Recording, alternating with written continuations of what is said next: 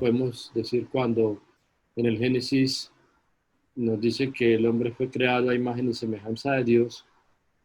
Entonces, como fue creado a imagen y semejanza de Dios, pues ese carácter de persona que tiene la Santísima Trinidad la tienen los seres humanos. Es allí donde a través de los siglos, a pesar de que no hay un acuerdo único cuando se quiere conceptualizar el término persona,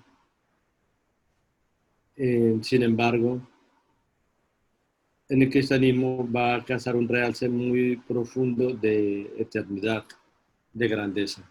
Bueno, como hemos visto, ahí se está haciendo una pequeña síntesis en este video de ya viéndolo desde la perspectiva cristiana, que lógicamente desde la perspectiva cristiana dará un matiz mucho mayor de la dignidad del ser humano y más absoluta.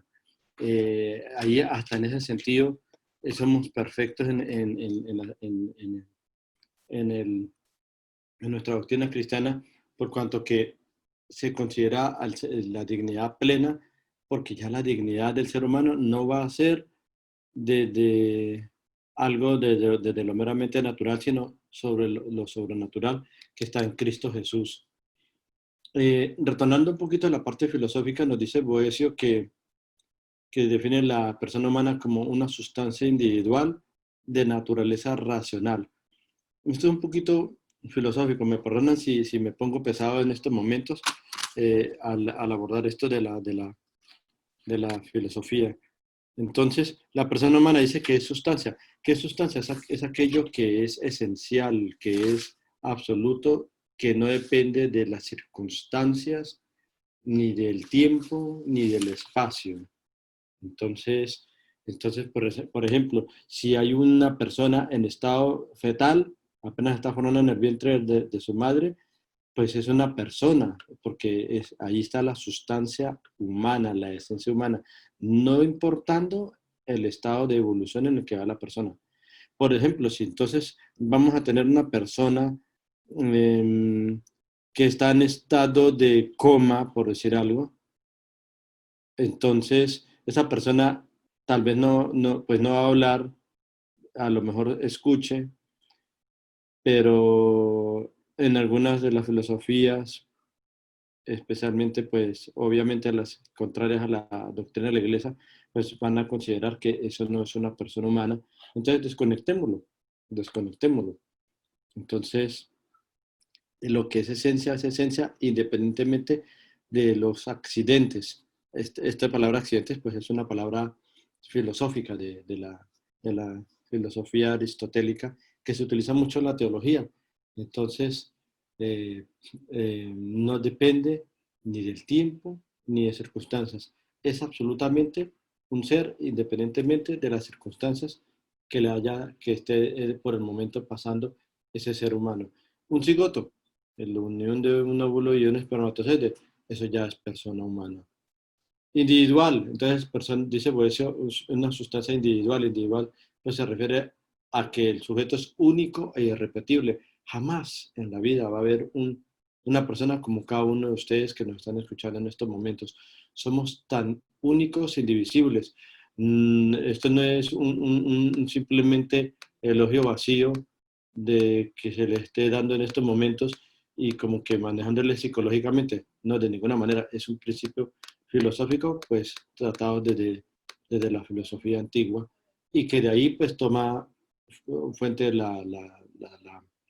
cristianismo. Naturaleza racional, pues la capacidad de autoconciencia y autodeterminación. Entonces, ¿qué es lo que conlleva todo esto? Y con el video que acabamos de ver desde la perspectiva cristiana, la persona humana desde la perspectiva cristiana, a que entonces, como es tan absoluto, como es tan digno, como es no solamente natural, sino sobrenatural, la dignidad de la persona humana es radicalmente absoluta. Entonces, lo que, sobre todo, pues la Iglesia en todo su corpus doctrinal, desde siempre en la teología moral y en la doctrina social de la Iglesia, va a tomarse esta situación de la revelación y de la reflexión teológica para anclarse más y defender más, con más fuerza y ahínco, la dignidad de la persona humana, proveniente del mismo estatuto ontológico, pues, del cual está hecha la persona. Entonces, ontológicamente, la persona es una unidad de cuerpo y alma. Cuerpo y alma. Uy, yo no sé por qué ahora le dieron por llamarme en bastantes personas. Em, entonces, el valor, la propiedad esencial de la persona humana es el espíritu abierto a lo infinito que tiende a superar todo límite. Eh, Yendo ya como a una parte más práctica, práctica. ¿Por qué estamos dando esta charla de dignidad humana? ¿Por qué se habla en el cristianismo de la dignidad humana? Porque justamente tenemos que llevarlo a la defensa de la dignidad humana en todas sus etapas. El ser humano como ser profundamente digno de respeto, que no puede haber aquí ningún campo de ideología en ninguna clase. No puede haber una ideología política de segregación por cuestión de raza, sexo o religión incluso. Que, por ejemplo, por decir que para que alguien sea cristiano, pues tengamos que atropellarlo, o porque sea maometano tengamos que atropellarlo, o que sea de indígena, o lo que sea, pues eso conlleva desde la parte social, de la doctrina social de la iglesia, pues a promover esa dignidad humana. Lo mismo en cuanto a que todas implican el nivel colectivo y individual, es decir, también el asegurar en el desarrollo de las naciones que se protejan los grupos más vulnerables, por así decirlo, en el que se le asegure su sustento material y la realización de cada una de las personas. Vemos que esto, pues, debido a que nuestro mundo adolece todavía de virtudes cristianas, pues no ha sido realidad porque las políticas van en contra de una dignificación del derecho de las personas a la vida, a la alimentación, a la educación. Eh, y, como, y como dice la Organización Mundial de la Salud, pues la salud es no solamente estar ausente de enfermedad, sino que también implica que el ser humano se realice en muchas facetas. Eh, es tan absoluto que sigo con esta cuestión de lo absoluto, de la dignidad humana, hablar de la persona humana como reflejo de Dios, en que habrán también ideologías, no solamente la segregación por causa de credo, raza, y cualquier otra diferencia que nosotros tengamos, sino también en la parte humana que ya hice referencia ahorita, del inicio del ser humano como el final del ser humano. Entonces estamos hablando concretamente del aborto, que hay ideologías en contra de eso.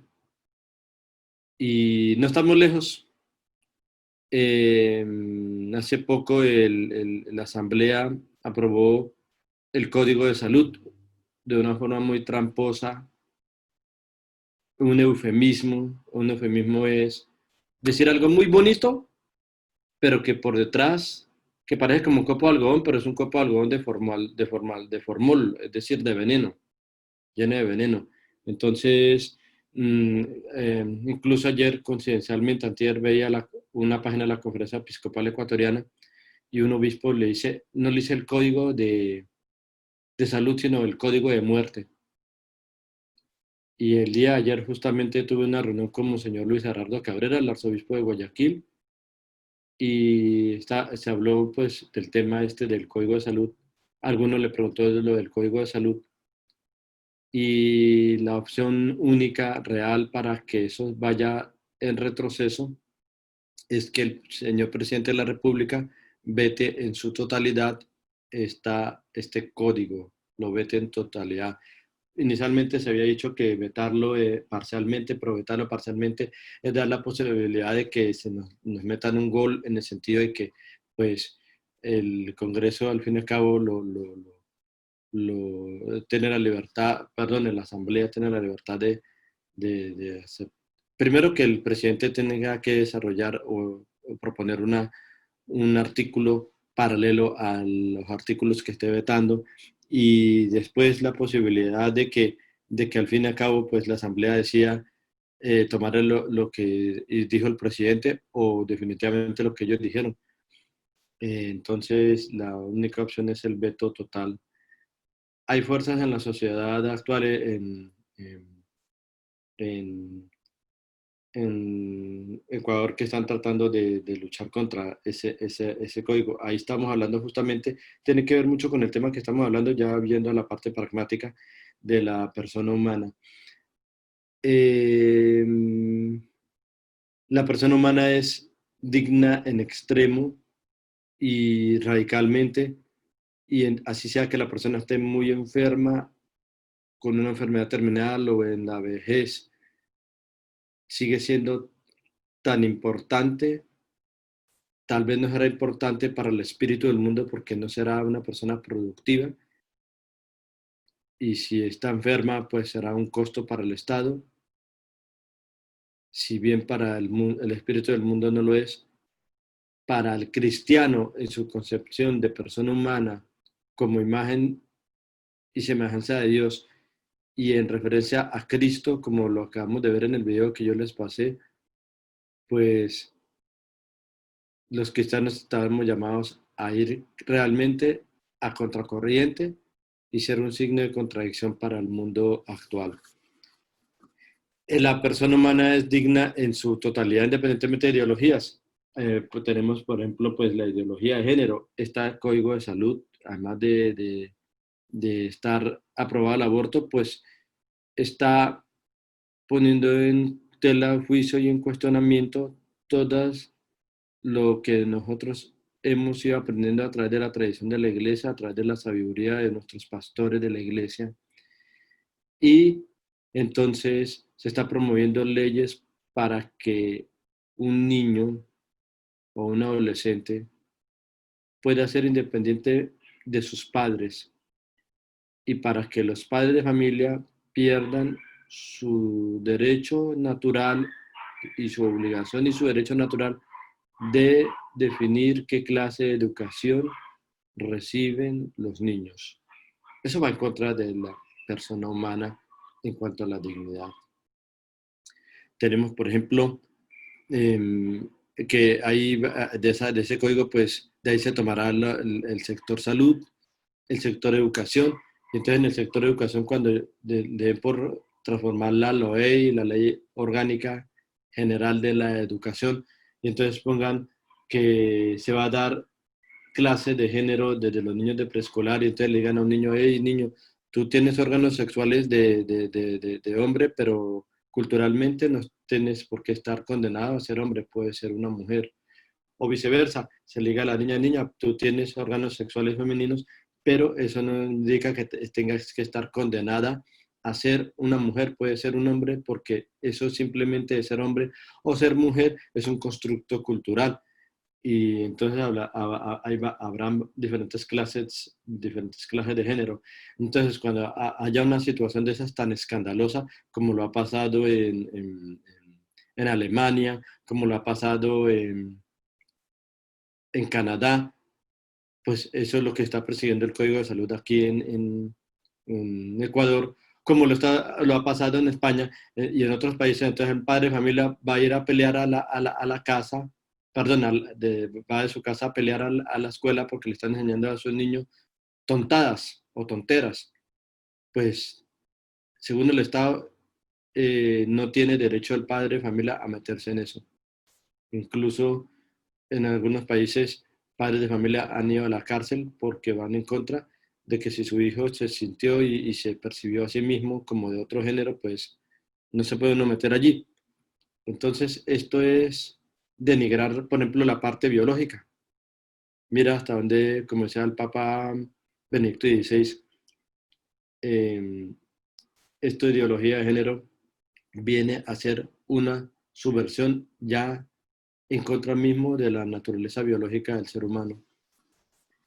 Entonces tenemos, mis queridos cursillistas, ciertamente una situación compleja que si en otras épocas el cristiano ha tenido que ser profético, y en esta época con más veras, con más veras. Y la parte teórica en la que nosotros nos basamos, pues ese es todo el corpus doctrinal que tiene la Iglesia acerca de la persona humana, empezando desde, vuelvo y digo, desde el Génesis, el ser humano es hecho a imagen y semejanza de Dios. Pasando por toda la reflexión teológica de todos estos siglos, y podemos decir que llegando a la construcción de la teología moral que se ha refinado desde el siglo XVIII, y la doctrina social de la Iglesia que desde el siglo XIX, pues con la Rerum Novarum en adelante, se ha hecho todo un corpus doctrinal relacionado con lo social, lo económico y lo político, visto desde la perspectiva cristiana. Muy bien, mis queridos cursillistas. Pues eso es lo que yo les quería exponer, un poquito esto de la persona humana, partiendo desde lo filosófico y culminando un poquito con lo teológico y lo moral. Lo teológico que acabé de decirles, pues es desde la doctrina social de la Iglesia, y desde lo moral, pues el respeto de la persona humana en todas sus etapas.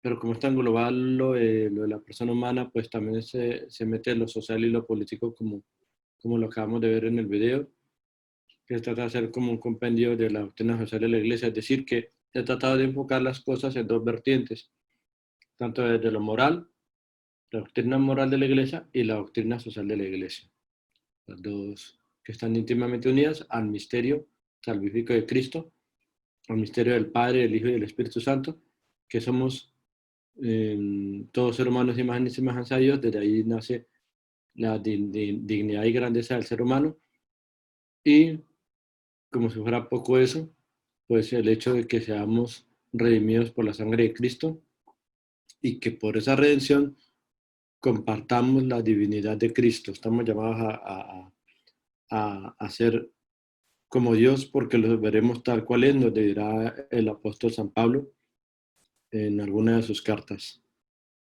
Muy bien, pues hasta aquí llega mi exposición. No sé si habrá alguna pregunta. Pues antes de la pregunta, querías concluir con lo siguiente, mis queridos cursillistas. Viendo el contexto que les traté de dar de una forma muy ágil, muy rápida, de nuestro mundo y del Ecuador, vuelvo y enfatizo en esta conclusión, nos corresponde a nosotros tener una actitud profética valiente, no ser de espíritu, no dejarnos llevar por un espíritu mudo y sordo. Hay una parte del Evangelio donde Jesús llega y se encuentra con una persona que está poseída por un espíritu mudo y sordo. Le abre los ojos y le desenreda la lengua. Pues pidámosle al Señor que nos ayude a nosotros también a desenredar la lengua y saber levantar voces de protesta y de firmeza para el respeto de la dignidad humana y de nuestros principios cristianos. Si somos como Ecuador mayoría católica, pues yo creo que no debemos dejarnos meter el gol de unas minorías y de unas ideologías que pretenden ser más que la sabiduría del ser humano durante muchos siglos, y máxime que la sabiduría proveniente del Espíritu Santo.